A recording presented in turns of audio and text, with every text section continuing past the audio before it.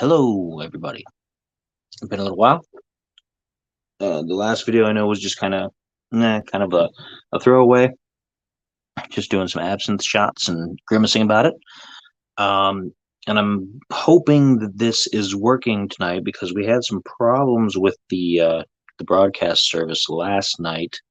They were doing some kind of server update or server unscheduled server maintenance or something. They weren't entirely clear in the email I got. But what that meant was that the whole episode we did last night for this Uncanny Earth didn't get sent to where it was supposed to go. So it's only on Spreaker as audio, no video. So unfortunately, I don't know. But hopefully that won't happen again. And hopefully this all works the way it's supposed to. But what do we have going on tonight? I have something new, finally. Something that's not too particularly pricey. And it's going to have a disclaimer added to it for social justice reasons, I guess. Okay, and I make that sound like derogatory and whatever, but I'll let you decide for yourself. Um, this is Rittenhouse Straight Rye Whiskey. Now, here's the disclaimer: this is not affiliated. Okay, it is not affiliated or in any way related to the guy from Wisconsin who did that thing at that protest. Okay, it's not affiliated. I'm not going to talk about it. I'm not going to entertain anything about it. It's not important to what I do here. I'm not giving out any personal thoughts about it. I know people will think the name and they'll think, oh, Rittenhouse. It's not an endorsement. It's not connected at all. This is not at all related. It just happens to be the same name. It's 100% coincidence. Okay. So don't get in my comment section and yell at me about it. And don't go hunt this distillery down and yell at them about it because they had nothing to do with it. They've got nothing to do with that. Okay, keep it to yourself. Now, it's got a little blurb on the back, and it says Rittenhouse Straight Rye Whiskey, and you can kind of see it there, is a storied Pennsylvania style rye. And I don't know what the difference is between Pennsylvania style and other places, but I'll have to look that up, I guess. Whose heritage commemorates Philadelphia's famous Rittenhouse Square. There you go. It's not connected to this Wisconsin guy. It's Rittenhouse Square in Philadelphia. Much older, much different, not connected. Still bottled in bond under U.S. government supervision to meet the strictest requirements, the Rittenhouse you enjoy today carries forth the distinct and spicy flavor profile established long ago. And it's distilled and bottled by Heaven Hill Distilleries. Heaven Hill, they make bourbons and whiskeys in Kentucky, and they have their own brand as well. And you'll notice that a lot of these places they'll buy up other brands and they'll release things at different price points for experiments and things. Now this is 100 proof, as you can see, 100 proof. It's a rye, straight rye whiskey. It retailed at my local grocery store for about $35.99. Okay, that's before tax and before anything else. That's here in Ohio. So in the state of Ohio, Canton, Ohio, $35.99 for this. So we're going to go ahead and pour ourselves some of this. Oh, and I was expecting a cork, and it is a screw top, a plastic screw top. Sometimes that makes a difference. Sometimes it does not. Sometimes it's an indicator of, what did you grab? But not all the time. Japanese whiskeys a lot of times have screw top rather than the cork, and their whiskeys are generally excellent. And some scotches do the same thing, and they're pretty good. So, reserve some judgment. But no cork, screw top. So let's go ahead and do a generous pour of that right here. That is a mighty generous pour, bartender. You're welcome. $225, sir, at bar prices.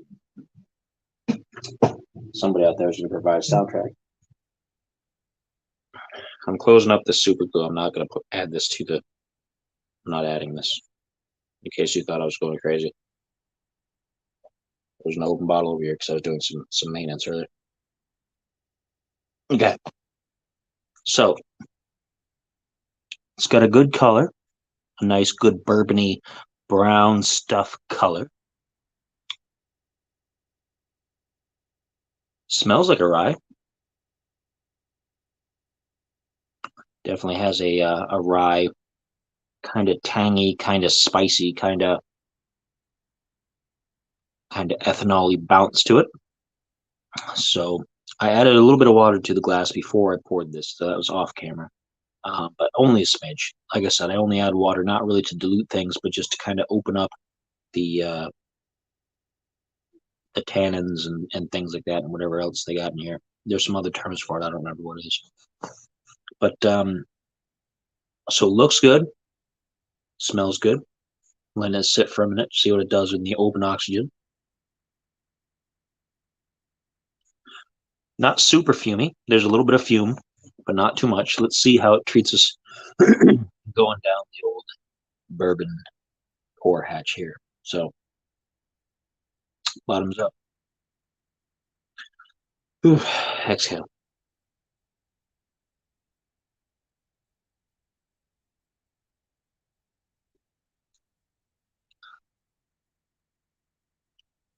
That is a rye for sure.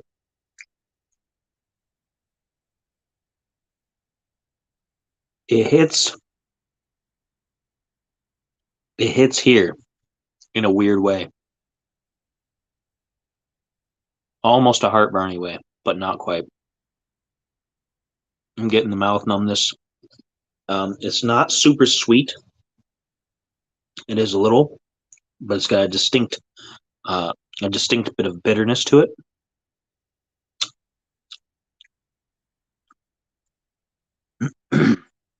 Has a very heavy bread kind of flavor to me, like a sweet pumpernickel, maybe. I got a whole bunch stuck on my beard too. My beard is out of control right now. I mean, I know there's other people who are like beards like this, who are like, "What do you mean your beard's out of control? That's nothing." But for me, I don't usually keep it this long, so it really interferes with a lot of stuff.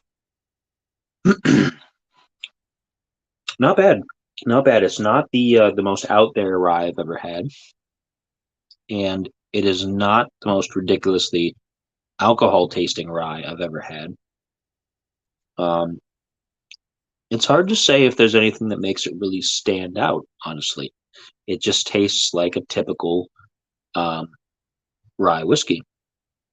Nothing really particularly jumps out at me separate from it to make it like if I had this in a blind tasting lineup, I don't think I'd be able to tell it apart from any other standard ones. It is kind of messing with the back of my throat a little bit. I'm not sure what that's all about. Kind of tingly back there, making me cough, but not in a strong alcohol kind of way. It's not like, oh my gosh, I just did a bunch of alcohol. I'm gonna cough. Nah.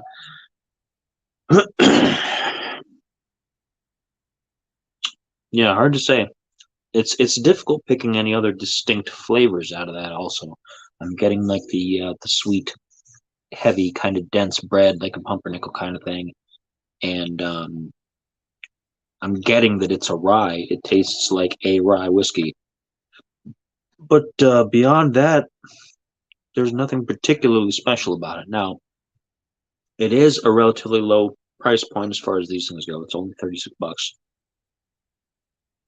So sometimes that kind of thing can surprise you, though. Sometimes you can get down to the lower priced options, and they'll be like, "Wow, this is really delicious." Other times you'll get it and you'll be like, "There's a reason this is that low price." But this is just kind of sits comfortably in the average category. I think it's a very average, very standard rye. Don't know why it's getting me to cough though. It's not very strong. Like I said, it's not like a a very strong whiskey that'll affect you in that way. But let me see if I can have another drink and maybe clear that up a little bit.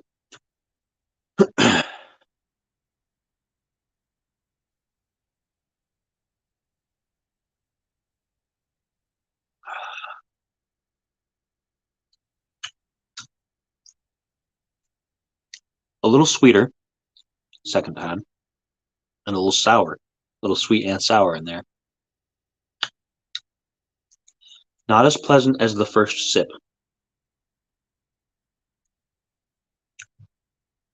So now it's getting a little bit negative. I'm not as keen on it now that I've had that second one. Now that my taste buds have kind of adjusted after the first dip there, it might be good in a mix, like in an old fashioned or something like that, but it is pretty average and it's trending kind of down now. Not terrible. Like, I wouldn't say it's bad. I don't dislike it, but I've had better. For the price, I've had better. So, yeah, so there you go. It's kind of a complicated one. It's not complicated in the way like it'll grow on you, I don't think. It's not like one of those ones where I've had where it's like, oh man, the flavors they just keep changing and going on. Man, it's gonna take a while to appreciate. It's not something like that. It's just I don't know. That first sip was like a standard rye, and the second sip is more like you can tell it's a lower priced rye and more of the alcohol taste is coming through. So there might be something in it when you first get into it that affects those taste buds. And I think you would need some kind of a sweet accompaniment to this, like some kind of a dessert, maybe. I wouldn't call this like a dessert whiskey necessarily, but you would need something a bit sweet to kind of offset this a little bit and really bring this out, I think. Um, I'm not sure that this would be great to pair with for like a burger or something like that. If you're gonna pair it with a meat of some kind, maybe like a barbecued ribs or like a pulled pork or something like that, but not like a steak, not like a burger or like a cookout kind of stuff. But definitely probably some desserts would go with this. I can see maybe like a chocolate bar of some kind, like a real rich chocolate bar, or like a cheesecake. A cheesecake might mix with this pretty good. I don't mean like mix like dunky cheesecake in there. If you do that, send me the video. I'd love to see it. But I think if you were eating a very rich dessert like that and you had this on the side, I think they would pair pretty well. That's what I'm getting from it because I think it would offset some of that and keep this. Because as the sweetness in this fades, you want something else kind of to pick it up and to kind of work as its opposite. And I think that would work out pretty well. I'll have to test that with some other sweets like I got around the house. I don't have too much. I've got maybe some cookies for my kid around here somewhere because she's a cookie fiend. Um, I don't know. I don't keep too many sweets in the house, honestly, for me, because I don't really eat too much of it. I'm not super into a lot of really heavy sweet things. But that's what I think. I'm going to actually give this a third one, which I don't often do on my videos, just to check and see if there's anything else that has further changed as it's been sitting and as my taste buds have settled.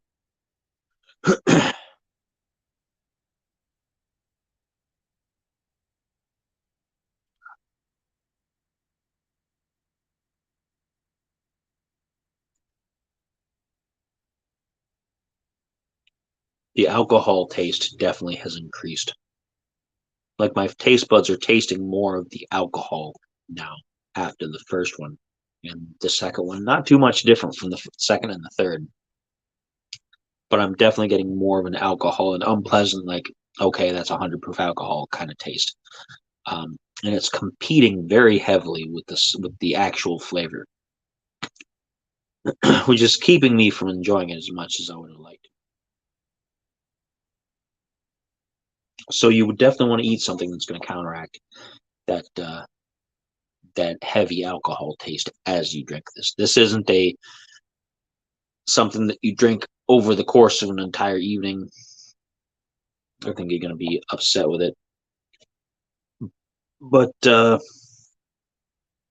it might be good as a shot, maybe just as a shot, one shot, move on, have that quick, like, whoosh, that rush. Because that's the essence of a good shot. Just down it, having that rush, and just be like, yes, I'm feeling it. I'm ready to party. But as a slow sipper, no, I don't think it works.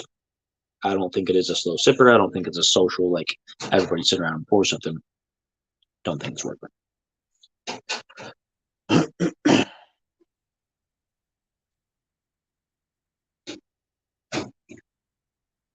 That's, of course, my daughter upstairs going out to go to the bathroom. She'll go to the bathroom like 5 or 6 times at bedtime after she's already supposed to have gone to the bathroom. Whatever. Kids.